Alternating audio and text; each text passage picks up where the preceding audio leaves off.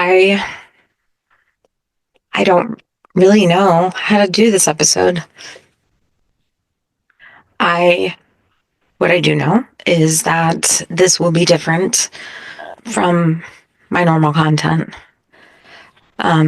It's going to be very personal, and there may be some triggers, but bear with me because it is important that I get this out and that I acknowledge my grandson Oliver. And I want to share his story a little bit. I want to talk about grief. And most importantly, I want to share what I've learned about supporting grieving parents because, in my experience, not a lot of people know what to say or do.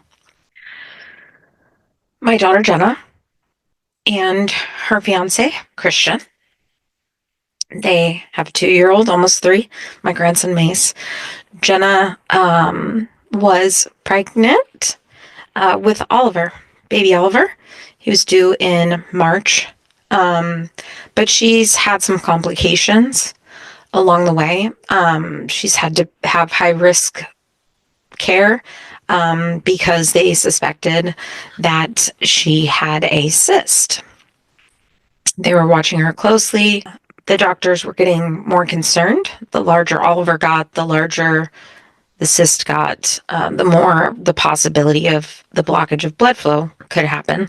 So the doctors said at 32 weeks they wanted to bring Jenna in for round the clock observation to make sure that nothing happens. So Jenna was planning on doing that. She spent her weekend getting everything ready for Ollie, getting everything set up around the house, preparing everyone as she does, and making sure everything is good to go for Christian and Mason, everyone else, and then herself. And then on Monday, she spent a lovely mommy and Mason day. They did some shopping, little things to make him feel special since it was going to be his last day as, an only kid with them at home because Jenna was set to go to the hospital the next day for full-time care. And unfortunately, that evening, Jenna realized that something just didn't feel right. And she tried for movement, as mothers know to do, little things. You give the baby a little push, you drink some caffeine, do some different things. And she tried those and nothing. So we urged her to go to the doctor. She waited for her fiance Christian to come home. We met them at the emergency room, took Mason, and while she was there, they determined that he did not have heartbeat. The text messages I got from her were heartbreaking. They were heartbreaking. But they were released from the emergency room, and she was set to come back the next day to be induced. Because Oliver was almost 32 weeks, was going to deliver him naturally, sleeping. So Monday, she prepared to go to the hospital and leave the hospital without a baby.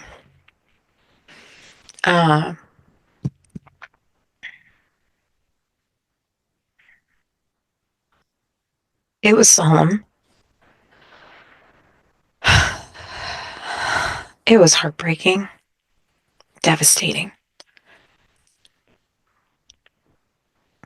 You never know what can happen. On Tuesday, um, Jenna and Christian went to the hospital. She was induced.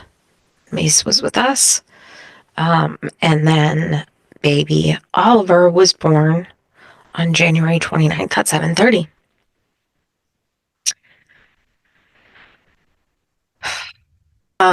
He was perfect. He was perfect. Long toes, long fingers. Looked like his big brother. He was perfect. Excuse me. This is going to be hard. I should have brought the tissues with me, huh? Okay. Um, on on Wednesday, Jenna and Christian requested that we bring Mason to the hospital. And that may have been the most difficult part. It was heartbreaking to listen to the excitement of this tiny little, almost 3-year-old to meet his little brother. And knowing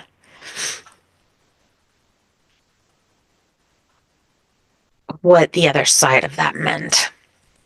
But I'm glad that we were chosen. I'm glad that Jen and Christian trust us enough to be there in a situation like that. It was hard, and I don't want to get into detail. It's not really my story to share, but it was difficult and it was beautiful. And Oliver was beautiful. He had this perfect little button nose, dark hair. We got to go to the hospital twice and see him. I got to hold him. Charlie and I got to spend time with him. And it's earth-shattering and heartbreaking to know the dreams and the hopes. And I'm an ugly crier, so this is not good. Oliver was so loved. And the point is, he always will be. Jenna said, don't stop taking pictures. And we didn't. We didn't. The pictures are hard to look at. Some of them. Because you just want to see something different.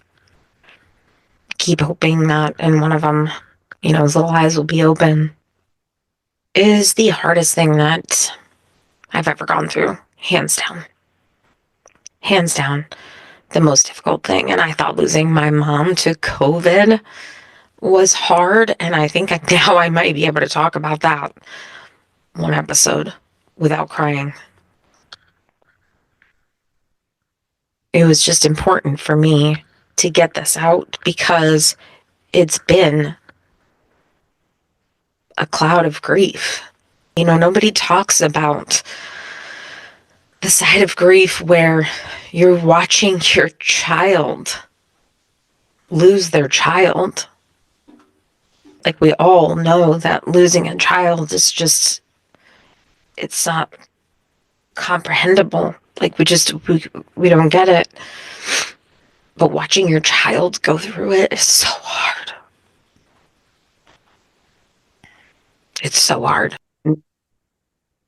The different layers of grief for everyone involved. Anger, rage, helplessness. You're helpless, but you're grieving for your grandchild and your child at the same time. It's hard to wrap that into anything, to try and figure out how to even solve it. How do you even put that into an equation to figure out where you go and what you do? And then you're grieving for your grandchild. You're grieving for the loss of Ollie, the beautiful little soul, 4 pounds, 1 ounce. But then you're grieving for your child and her family and your other grandson who lost his brother. That shit doesn't get talked about. And you want to feel happiness. You know, you want to find some joy for them in something, but you can't, and you're helpless again. And your heart is broken, but theirs is broken even more. So it breaks your heart. It's definitely a side of grief that people don't talk about. And it's a tough situation. It's a tough situation to be in. It's a tough situation to be on the other side of. What do you say? What do you do? Do you reach out? Do you not? People mean well, but sometimes their words do more harm than good, or their lack of words do more harm than good. A lot of times people don't know what to say. There's no comfort in this. There's no comfort. There's no how are you? It's like a silly question, right? How are you? Well, of course I know how you are. You're destroyed. You're broken. I don't know. I don't know what's comforting. I don't even know if there is anything that could be comforting right now, other than trying to find some good in some small things. It's the hardest thing I've ever been through. Like, you want to try to continue to live because there's still life around you, but it's so hard. It's so hard. So I haven't learned how to get past that. Any advice is greatly appreciated, of course. Please drop a comment. I would love to hear words of encouragement, what has helped you or what helped you in the past. Or maybe you're feeling the same way that I do, and you can just say, I feel seen, and that's okay. That'd probably make me feel better than anything. No, scratch that. Okay. I have learned some things that I do want to share. Just little things to support grieving parents along the way, because it is hard. And sometimes you don't know how to navigate it. Number one, always say their child's name. Always use their name. Oliver existed. He was here. And saying his name keeps his memory alive. I learned that from a fellow content creator on Threads. And her account is actually called Say His Name. You should check her out. Grieving support for grieving parents, grandparents, whatever. What helps and what doesn't, I'm still trying to figure it out. But avoid at least statements. At least this, at least that, at least this. It doesn't help. And honestly, it's probably going to do more harm in the long run. And sometimes the best thing you can do is just sit with them in their pain, which is really hard to say nothing, especially for me. But sometimes the best thing you can do for them. There it is. Your presence really matters more than any perfect words you could say. There's no fixing it, right? I'm a fixer. I love to fix things. But you can't fix this. You don't need to. Showing up and listening and letting them grieve however they want to and need to is all they need. And finally, grief does not have an expiration date. Jenna and Christian will never move on from Oliver. There's no moving on from this. There's no normal and moving on. They just learn to go on carrying him with them in a different way. Not physically, but he is still with them every single day. He is still with all of us every single day. And just remembering that there's no expiration date to that. It doesn't end. My best friend and business partner, Jennifer, told me about her mother-in-law who lost her daughter 22 years ago. 22 years ago. And she still goes to her grave every holiday, every birthday, every celebration, and celebrates with her. 22 years. So just remember that there's no expiration date. Because again, he's part of us now. Oliver has had a big impact on all of us. He will always be remembered. He will always be loved. He'll always be our grandbaby. He'll always be Jenna and Christian's son. He'll always be Mason's brother. They are no longer a 3-person family. They are a 4-person family. And I will do my very best as Oliver's Nana to make sure that he is never forgotten and that we honor him in the way that Christian and Jenna want him to be honored. I hope that you could take something from this. And if nothing else, I just hope that this episode reminds you to hold your people so close.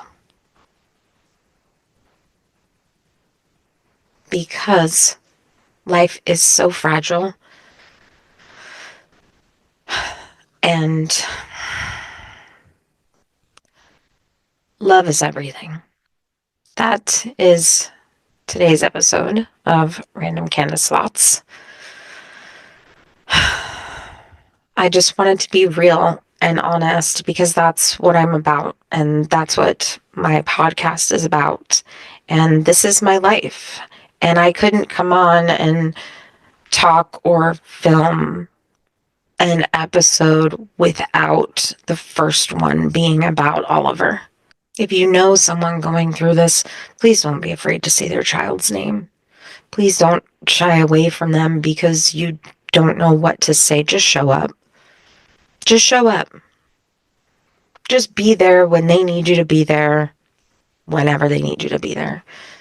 That's what grieving parents need most. Thank you for listening to today's episode of Random Candace Thoughts. I'm Candace, and if you are a grieving parent or a grieving grandparent or sibling, just know you're not alone. Your child matters, and their name matters, and you're not alone.